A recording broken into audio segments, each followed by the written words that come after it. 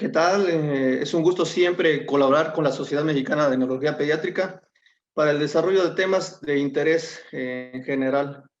Este día les voy a hablar de trastorno de aprendizaje, que para mí en lo personal es un tema apasionante. Me gusta la educación, me gusta como tal, entonces vamos a abordarlo de una manera que sea agradable y que deje en memoria lo que realmente es importante para el manejo.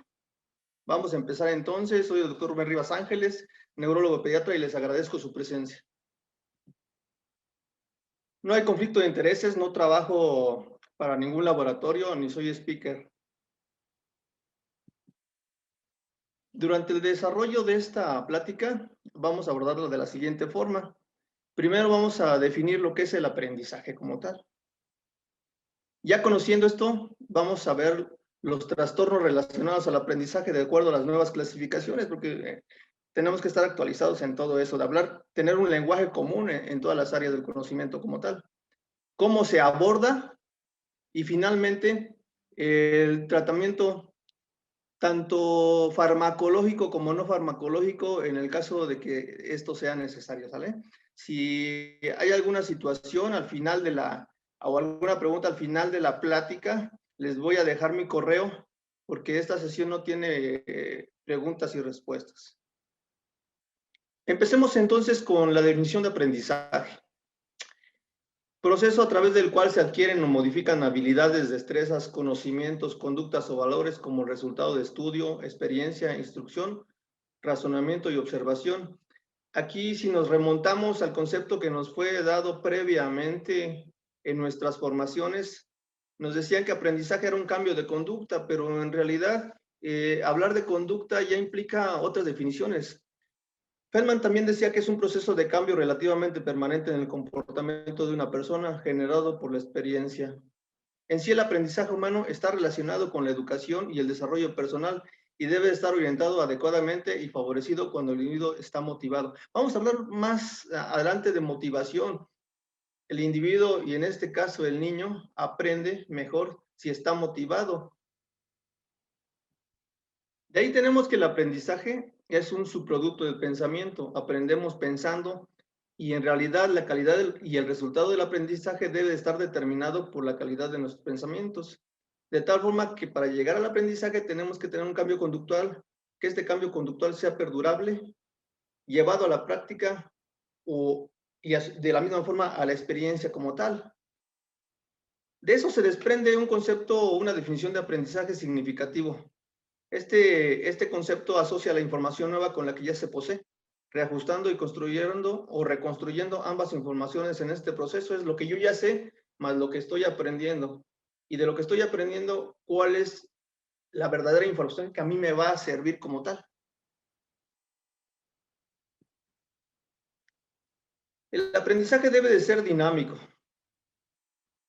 Este está fortalecido por las conexiones a nivel de sinapsis neuronales, de tal forma que nosotros lo vemos como vías neuronales de formación y de tal forma que nosotros tenemos en esa situación de aprendizaje una vía neuronal para cada uno de los aprendizajes que nosotros necesitamos obtener. El aprendizaje es local. Cada sinapsis y cada vía neuronal como tal o conexiones neurológicas están encaminadas para el desarrollo de un aprendizaje en particular. Y con el tiempo podemos ir modificando esa sinapsis con lo que nos va sirviendo o con lo que no nos va sirviendo, de tal forma que con el tiempo podemos tener incluso a nivel de la adolescencia una poda neuronal donde esta sinapsis que tenía un conocimiento, un aprendizaje de algo que nosotros no ocupamos, se van a deteriorar por la inactividad e incluso las vamos a perder. Es algo muy interesante en neurología. De tal forma que, visto el aprendizaje desde la neurofisiología como tal, nosotros tenemos un cerebro que puede tener de 300,000 millones a 1 millón de millones de neuronas. Este desarrollo neuronal empieza tan rápido, tan pronto como la 7ª semana de la concepción. Las neuronas se conectan y se comunican, de hecho, entre el 2º y el 4º mes de la concepción como tal, tenemos un crecimiento exponencial neuronal y después una muerte celular programada, es decir, las neuronas que no necesitamos. Las redes neuronales se van modificando constantemente. Sin embargo, El estudio hasta ahorita sobre el tema dice que la etapa de mayor producción de sinapsis se produce entre los 3 a los 10 años. Y de ahí viene el concepto como tal de plasticidad cerebral, contemplando la neuroplasticidad como la capacidad biológica que tiene el sistema nervioso de modificar su estructura y su función para adaptarse a las variaciones del entorno, tanto fisiológicas como patológicas.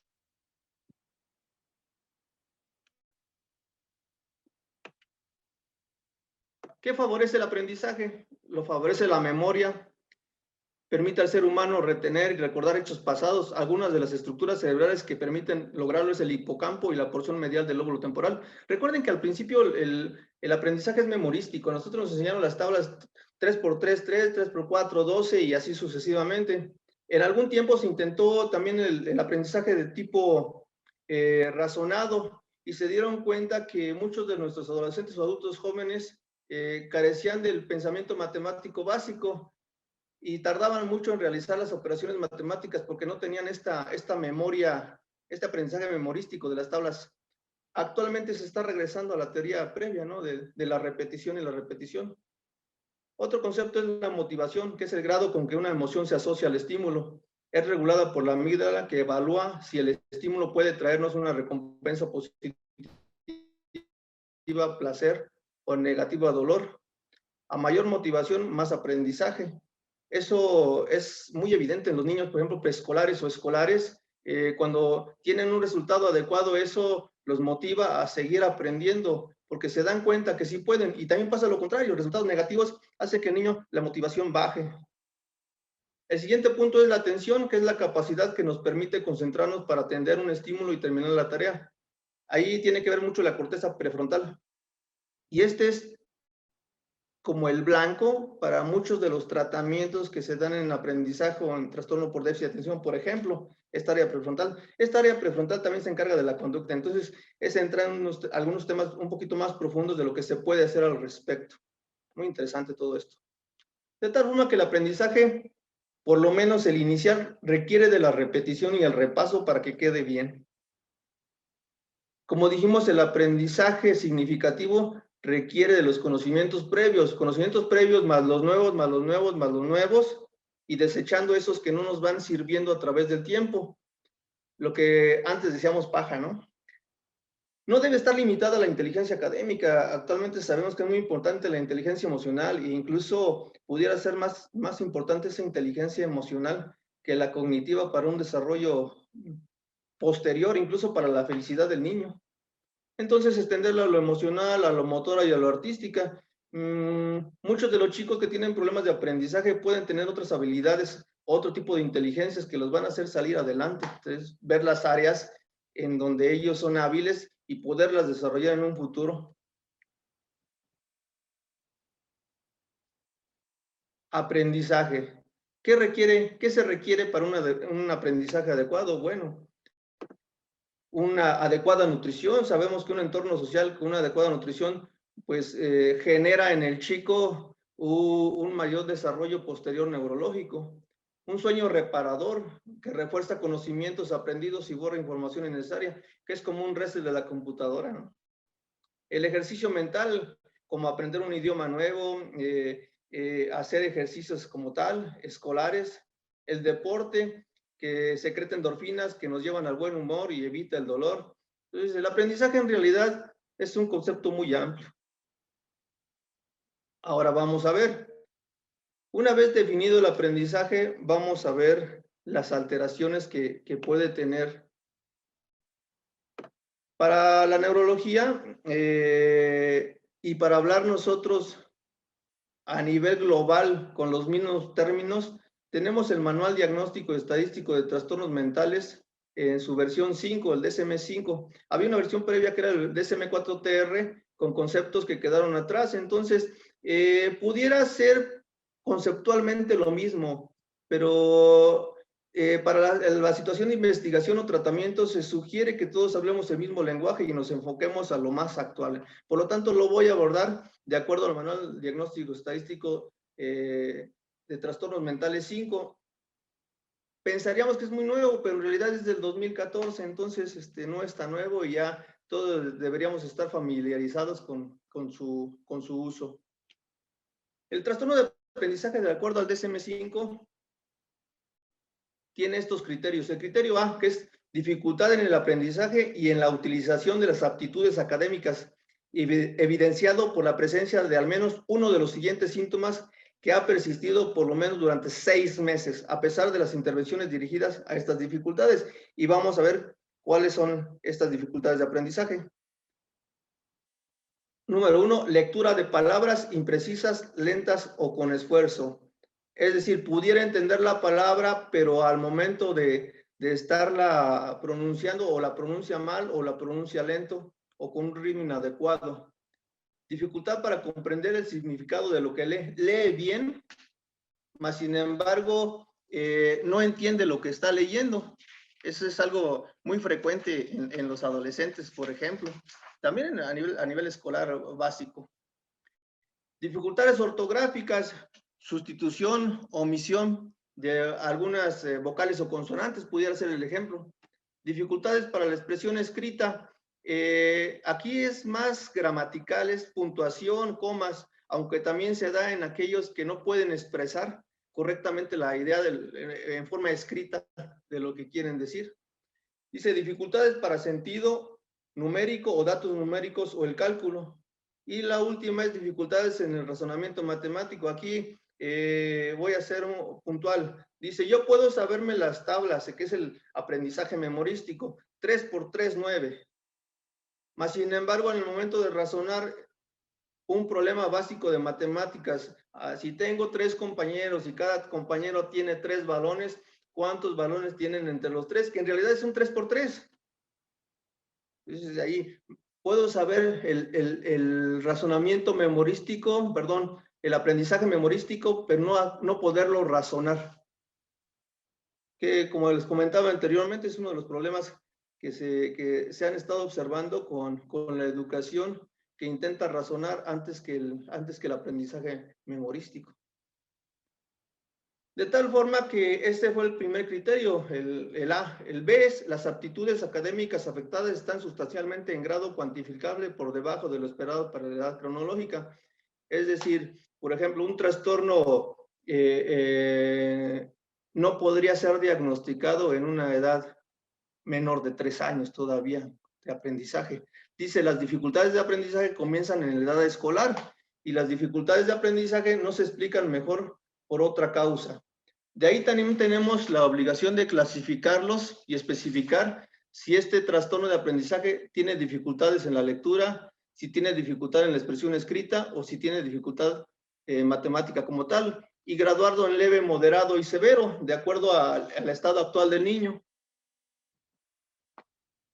Esto es anterior, esta era la clasificación anterior del DSM-4TR, donde el trastorno de aprendizaje estaba como trastorno de la lectura, trastorno del cálculo, trastorno de la expresión y el no especificado. Vuelvo a repetir, pudiera ser lo mismo en realidad, pero recuerden que todas esas clasificaciones son para que a nivel global tengamos el mismo lenguaje todos, ¿no? Del momento en que el psicopedagogo, el maestro de escuela lo mande con un profesional, entre nosotros nos comuniquemos de profesional a profesional con los mismos términos. De tal forma que el DSM-4 ya no se utiliza. ¿Cómo debe ser el abordaje? Bueno, el abordaje debe ser multidisciplinario. ¿Quién hace el diagnóstico inicial? O la sospecha diagnóstica, en realidad lo va a hacer la familia y los maestros cuando se están enfrentando a un chico que no tiene la misma evolución que los otros. La sospecha a veces puede ser un poquito dura para los padres, el hecho de que a tu niño lo manden por un problema de sospecha de aprendizaje. Eso debe ser referido primero, pudiera ser al psicopedagogo, y el psicopedagogo hacer una evaluación. Mas, sin embargo, lo más común es que nos llegue al neurólogo pediatra o al psiquiatra, de tal forma que a nosotros nos toca el diagnóstico oportuno. Ese diagnóstico oportuno yo creo que es lo más relevante, porque esto encamina el tratamiento posterior. Es decir, no podemos decir lo que los que escuchábamos antes, ¿no? Su niño va lento, su niño va a aprender después. tenemos que hacer el abordaje en forma oportuna para evitar complicaciones posteriores. La familia debe ser asesorada con las pautas de manejo, ¿sí? Esta debe ser dada por reeducación psicopedagógica. ¿En qué momento se presenta la dificultad y cuáles son las dificultades de aprendizaje que tiene el niño? Y de acuerdo a eso, enfocar el tratamiento hacia el déficit que tenga el chico. Se recomienda el apoyo psicopedagógico y de ese apoyo psicopedagógico, terapia cognitivo-conductual como tal. Consulta y seguimiento, ya sea por el pedopsiquiatra o el neurólogo pediatra, y de ser necesario también se puede dar apoyo farmacológico y como una meta final hacer un adulto funcional en el grado del problema leve, moderado, severa que tenga de aprendizaje. Es decir, a algunos les podemos ofrecer aprender a leer y escribir y a algunos les podremos ofrecer el desarrollar una carrera universitaria. Eso también lo debe uno de estadificar desde el inicio, ¿no? ¿Qué es lo que esperamos o cuáles son las metas a corto plazo y cuáles serían las metas a largo plazo de acuerdo a la evolución de cada niño? Pudiera ser un niño que aprenda a leer y escribir y con eso sea funcional para un trabajo. O podemos tener a un chico que desarrolle actividades académicas a partir de los 6, 7 años y se empareje con sus pares de la edad. No lo sabemos. El abordaje tiene que ser de investigación inicial. Ahora, si nosotros decidimos como profesionales ayudarle al niño, ya sea porque el trastorno de aprendizaje esté dentro de un marco de un trastorno del desarrollo como un trastorno por déficit de atención, tenemos muchos fármacos que pudieran ayudarlos. De forma inicial están los estimulantes como el metilfenidato, dentro de los cuales de los nombres comerciales está Ritalin con Concerta con mecanismos de acción diferentes, pero es el mismo químico, de liberación controlada o no. Eso se basa en realidad con lo que el chico requiere. Eso sí, considero personalmente que el abordaje debe ser individualizado. A este sí, a este no, y a este cuánto, y a qué dosis.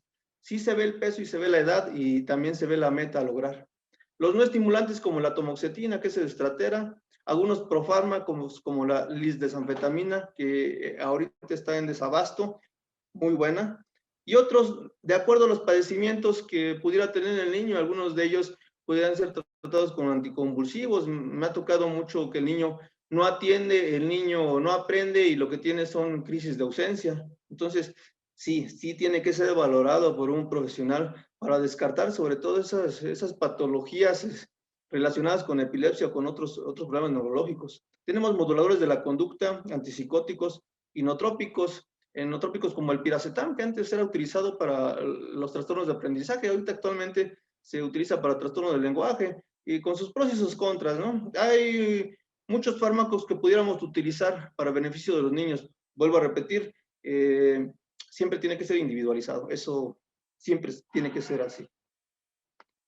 De tal forma que durante el desarrollo del tema vimos la definición de aprendizaje, vimos un poquito de la neurofisiología del mismo aprendizaje, vimos los trastornos y vimos el tratamiento multimodal, ¿sí? Y terminamos viendo el tratamiento farmacológico. Espero que esto les sirva como un preámbulo, como un aliciente para ponerse un poquito más a investigar la situación de los chicos como tal, y su referencia oportuna sobre todo, y no esperar a que pase el tiempo, decir, ok, es que está chiquito, ok, es que está inmaduro, que el término inmaduro es muy controversial en neurología pediátrica, por cierto, o así eran los papás, entonces esperamos que con el futuro vaya saliendo solo.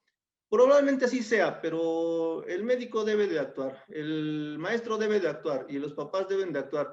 Al fin y al cabo, la meta común que tenemos tanto los papás como los maestros, como los médicos, es tener a un adulto funcional posteriormente, en la medida que sus capacidades lo puedan dar. Pues siempre es un gusto colaborar con la Sociedad Mexicana de Neurología Pediátrica. Como no hay sesión de preguntas y respuestas, les dejo mi correo para cualquier duda que tengan o para cualquier comunicación, y los saludo nuevamente desde la ciudad de Querétaro. Fue un gusto para mí esta plática. Saludos.